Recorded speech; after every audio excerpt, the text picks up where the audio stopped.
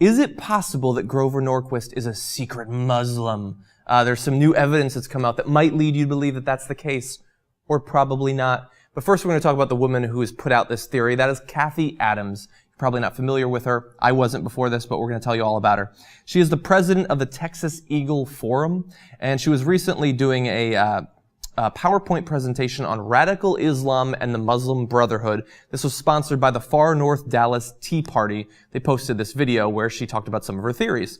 Now, from the title of that PowerPoint presentation, you won't be surprised to find out that she sees the creeping power of Islam all over the country, what she calls stealth jihad.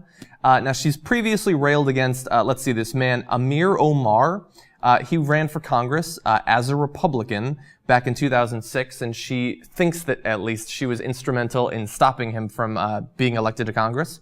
Eventually, she was known for questioning a former Bush administration official, and also conservative activist, by the way, Suhail Khan, saying, "Where did he come from? How did this man get here? Did he overstay a visa?"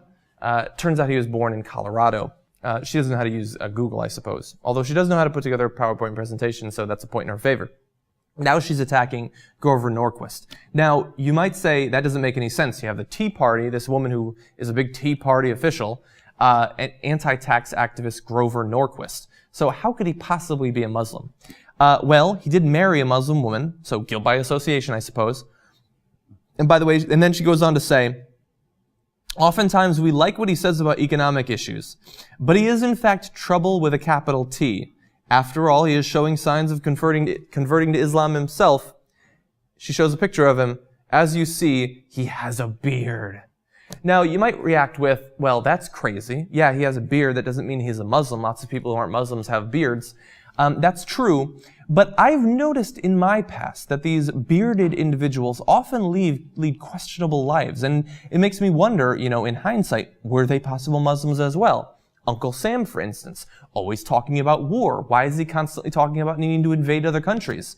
Now, he doesn't use the term jihad, but that seems to be how he leads his life. Gandalf put together a secret cell that invaded Mordor. Questionable behavior. He consorts with people who use magic and these mystical voodoos and stuff like that. Possible secret Muslim in Middle-earth. There's also Tom Hanks in Castaway. Nah, I love Tom Hanks. Can't really fault him. He's a lovely guy.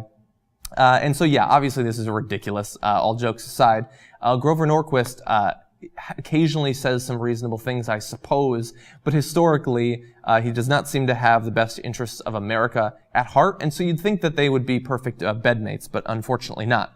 Now, moving past the Grover Norquist stuff, because that's obviously ridiculous, I think that she only said it to get news, and so mission accomplished, I suppose. But she's simply not happy anymore, I suppose, with attacking the U.S. government, attacking Barack Obama.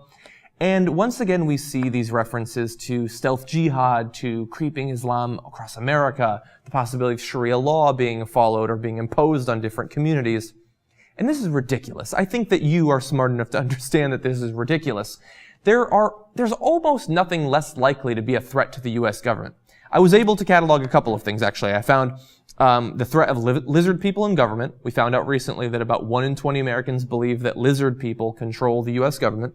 That's less likely than Sharia law being imposed across America.